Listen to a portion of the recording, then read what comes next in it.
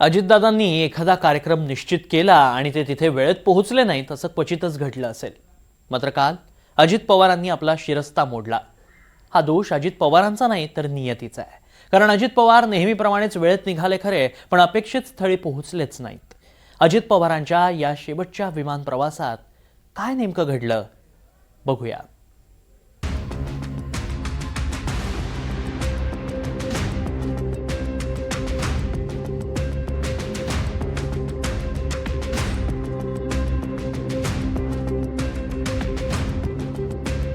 अजित पवारांचा विमान अपघात कोट्यवधी लोकांच्या मनाला चटका लावून गेलाय. अपघाताबाबत अनेक शंका कुशंका व्यक्त केल्या जात आहेत. सर्वांनाच अपघातापूर्वी विमानात नेमकं काय घडलं हे जाणून घेण्याची उत्सुकता लागली आहे. अपघाताच्या वेळी विमानात एकूण 5 जण होते. अजित पवारांचे सुरक्षा रक्षक Videep Jadhav, pilot in command Sumit Kapoor, copilot Shambhavi Pathak आणि फ्लाईट अटेंडंट पिंकी माळी. सकाळी 8:10 विमानानं मुंबईतून झेप घेतली आणि 8:45 अंतरानं विमान बारामती विमानतळाच्या हवाई हद्दीत पोहोचलं.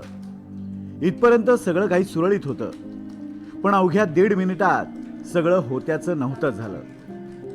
पायलटनं कंट्रोल रूमला धावपट्टी दिसत नसल्याचं सांगितलं.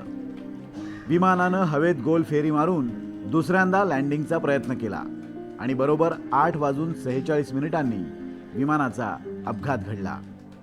पायलटला काही कळायच्या आतच विमान जमिनीवर कोसळलं होतं. विमान कोसळल्यानंतर तब्बल 5 वेळा स्फोट झाला आणि कंट्रोल रूममधील कर्मचाऱ्यांच्या कानावर शेवटचा शब्द पडला, ओह शिट.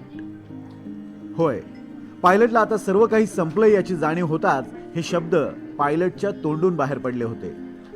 शेवटच्या क्षणी विमानाच्या कॉकपिटमध्ये काय घडत होतं याचा मागे कुणालाच अंदाज नव्हता. मागे अजित पवार आणि त्यांचे सुरक्षा रक्षक विदीप जाधव हे बसले होते. अजित पवार बारामतीत उतरल्यानंतर पुढच्या कार्यक्रमांची तयारी करत असावेत. विदीप जाधवांना अजित पवारांच्या सुरक्षेचं नियोजन करायचं होतं आणि त्यांच्यासोबत असलेली फ्लाईट अटेंडंट पिंकी माळी वडिलांची इच्छा पूर्ण करण्याची एक संधी शोधत होती. पिंकी माळीला तिच्या वडिलांचा आणि अजित पवारांचा संवाद घडवायचा होता. कधी एकदा विमानतळावर उतरू आणि माझ्या वडिलांसोबत नियतीनं घात केला.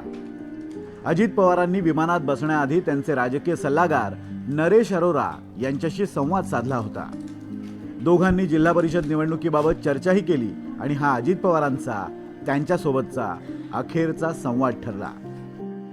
हमारी बात जिला परिषद के जो चुनाव यहाँ पे महाराष्ट्र में चल रहे हैं उसके मुतल्लिक हुई थी और उनके लैंड करने के बाद हम बात करने वाले थे. और क्योंकि लैंड करने से पहले मैंने उनको एक मैसेज भेजा था जो मैं वेट कर रहा था उनको डिलीवर होने की, और वो डिलीवर नहीं हुआ मेरी कैलकुलेशन के हिसाब से जो टाइम लगता है मुंबई से बारामती पहुंचने में. तब मैंने अपनी टीम को फ़ोन किया, जो टीम उनको रिसीव करने के लिए एयरपोर्ट पे स्ट्रिप पे खड़ी थी, कि क्या प्लेन लैंड हुआ. तो उन्होंने बताया कि सर लैंड हो रहा है, और बात करते करते ही वो लैंड जैसे ही हुआ it crash landed. That is what it वाज. यादें तो बहुत सी हैं, बट एक उनकी बात हमेशा मुझे याद रहती है कि मुझे कहते थे कि तू मेरे को बताता है कि क्या गलत है, ये बाकी लोग आपस में बता नहीं पाते, इसलिए मुझे तेरे से बात करने में ठीक लगता है. तो ये बात मेरे साथ रहेगी हमेशा. अजित पवार आज अनंतात विलीन झाले आहेत. लाखो लोकांच्या उपस्थितीत त्यांच्यावर अंत्यसंस्कार करण्यात आले. तरीही कालपासून हा घटनाक्रम खरा आहे का असाच प्रश्न सगळ्यांना राहून राहून पडतोय. Bureau report, NDTV Marathi.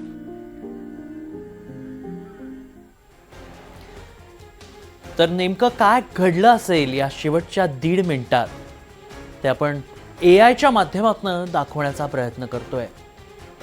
काहीच कळायच्या आत होत्याचं नव्हतं झालं. अजित पवार सोबत विदीप जाधव आणि क्रू मेंबर्स. अपघातापूर्वी नेमकं काय घडलं याची ही AI निर्मिती.